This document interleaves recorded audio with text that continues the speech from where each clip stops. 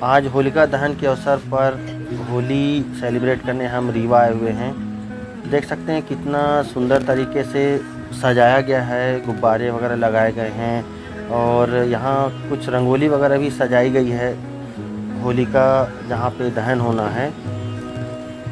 बहुत ही सुंदर डेकोरेट किया गया है। कुल मिलाकर यहाँ की एक परंपरा यह भी है कि होलिका का प्रतिरूप रखा जाता है। यह प्रतिरूप क्यों रखा जाता है इसके बारे में हम समझते हैं।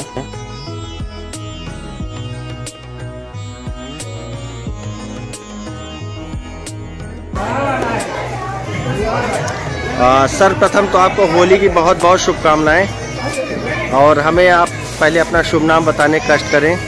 मेरा नाम प्रतीक पांडे है। जी जी जी, नाम बताने के बहुत बहुत धन्यवाद। आपको भी होली की बहुत बहुत धन्यवाद। मैं आपसे ये जानना चाहूँगा, जैसे कि दूसरी बार यहाँ आगमन हुआ होली के अवसर पर, हालांकि मैं वैसे समय समय पर यहाँ आता रहता हूँ, परंतु होली के समय पर यहाँ मेरा दूसरी बार आगमन हुआ और यहाँ मैंने देखा कि यहाँ पे होलिका जी का यहाँ पे एक प्रतीकात्मक वो रखा जाता है होली के अवसर पर। और भक्त प्रहलाद जो कि विष्णु के परम भक्त हैं और थे रहेंगे, तो उनको भी प्रतीक के रूप में रखा जाता है। तो यह क्या मान्यता है, इसके पीछे क्या धार्मिक महत्व, इस पर प्रकाश डालिएगा। जैसे कि आपको मालूम है कि होली का जो त्यौहार है हिरण्यकश्यप जी थे, जी जी है ना, उनका एक पृथ्वी पर ऐसा हुआ था कि वे ईश्वर की भक्ति करने के लिए सबको मना करते थे। बिल्कुल। तो प्रहलाद जो थे तो उनकी ईश्वर पर अपार मतलब आस्था थी। बिल्कुल। उसी के उसमें उन्हें दंड स्वरूप हिरण्यकश्यप ने होलिका जो उनकी बहन थी, जी जी जी, उनके साथ में बैठाकर प्रहलाद को भी जलाने का वो किया। जी जी। उसमें होलिका को जैसे वरदान था कि वो होलिका भस्म हो गई। जी जी। और प्रहलाद उसमें बच गए। जी जी। अभी से प्रतीकात्मक रूप में हमारे विंध्य प्रदेश में ऐसा हुए है कि बिल्कुल होलिका जी की मूर्ति बनाकर और प्रहलाद की मूर्ति बनाकर, जी जी, और ये प्रथा कहना चाहिए कि वर्षों से चली आ रही है। जी जी जी। और हम लोगों को भी करीब यहाँ होलिका दहन करते 30-35 साल हो गए। जी जी। तो ये इस प्रथा को हम लोग चला रहे हैं। बहुत बहुत धन्यवाद ये बहुमूल्य जानकारी देने के लिए, क्योंकि बहुत से लोग अनभिज्ञ थे इस जानकारी से कि होलिका कौन है, भक्त प्रहलाद कौन है और हिरण्यकश्यप कौन, क्योंकि अभी की जो जनरेशन है लगभग सभी लोग भूलते जा रहे हैं कि हिरण्यकश्यप कौन थे, भक्त प्रहलाद कौन थे और क्या नाम था होलिका माता कौन है। हालांकि माता का दर्जा उनको अलग से मिला हुआ, कहीं न कहीं भगवान विष्णु जी का भी एक वरदान था कि आप हमारे अवतार के द्वारा ही आप तरोगी।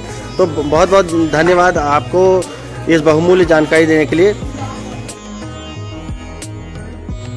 प्रदीप जी के द्वारा दी गई जानकारी संक्षेप में और सारगर्भित जानकारी थी, जो कि बहुत ही बहुमूल्य जानकारी है होलिका और होली पर्व को लेकर।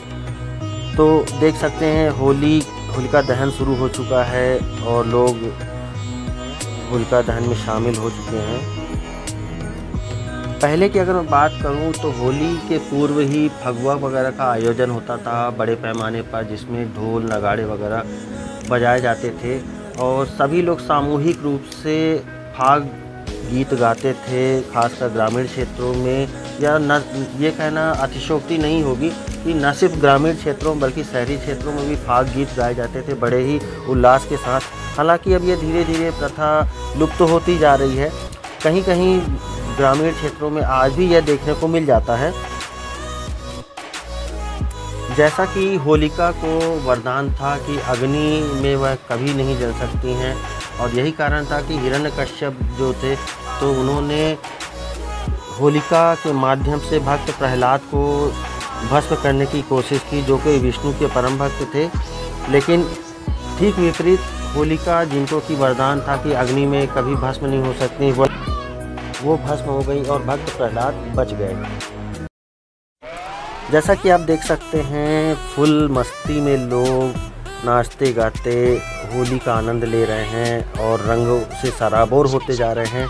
और यहाँ आपको एक बात स्पष्ट कर दूं कि पानी की बौछारों के बीच लोग जो आनंद ले रहे हैं, बच्चे भी शामिल हैं और नवयुवक भी शामिल हैं। हालांकि नवयुवक की बात ही कुछ और होती है, वो होली का आनंद कुछ अलग ही उठाते हैं, उनमें अलग ही उत्साह रहता है होली को लेकर, चाहे मेले को लेकर, कोई भी त्यौहार हो। नवयुवक जो होते हैं और बच्चे होते हैं खास से उत्साहित रहते हैं और हम यही कामना करेंगे कि इसी उत्साह से लोग हर त्यौहार को, हर पर्व को मनाएं और हमेशा हंसते नाचते गाएं, क्योंकि यही बच्चे और नवयुवक आने वाले देश का भविष्य हैं। तो होली की इन्हीं शुभकामनाओं के साथ आप सभी को फिर से बहुत बहुत शुभकामनाएं। होली पर्व को लेकर बस इतना ही, आगे भी हम इसी प्रकार की वीडियो आप लोगों के लिए लाते रहेंगे। तब तक के लिए बहुत बहुत धन्यवाद। बने रहें हमारा शहडोल यूट्यूब चैनल में। वीडियो अगर आपको अच्छा लगा हो तो लाइक करें, सब्सक्राइब करें और शेयर अवश्य करें। बहुत बहुत धन्यवाद।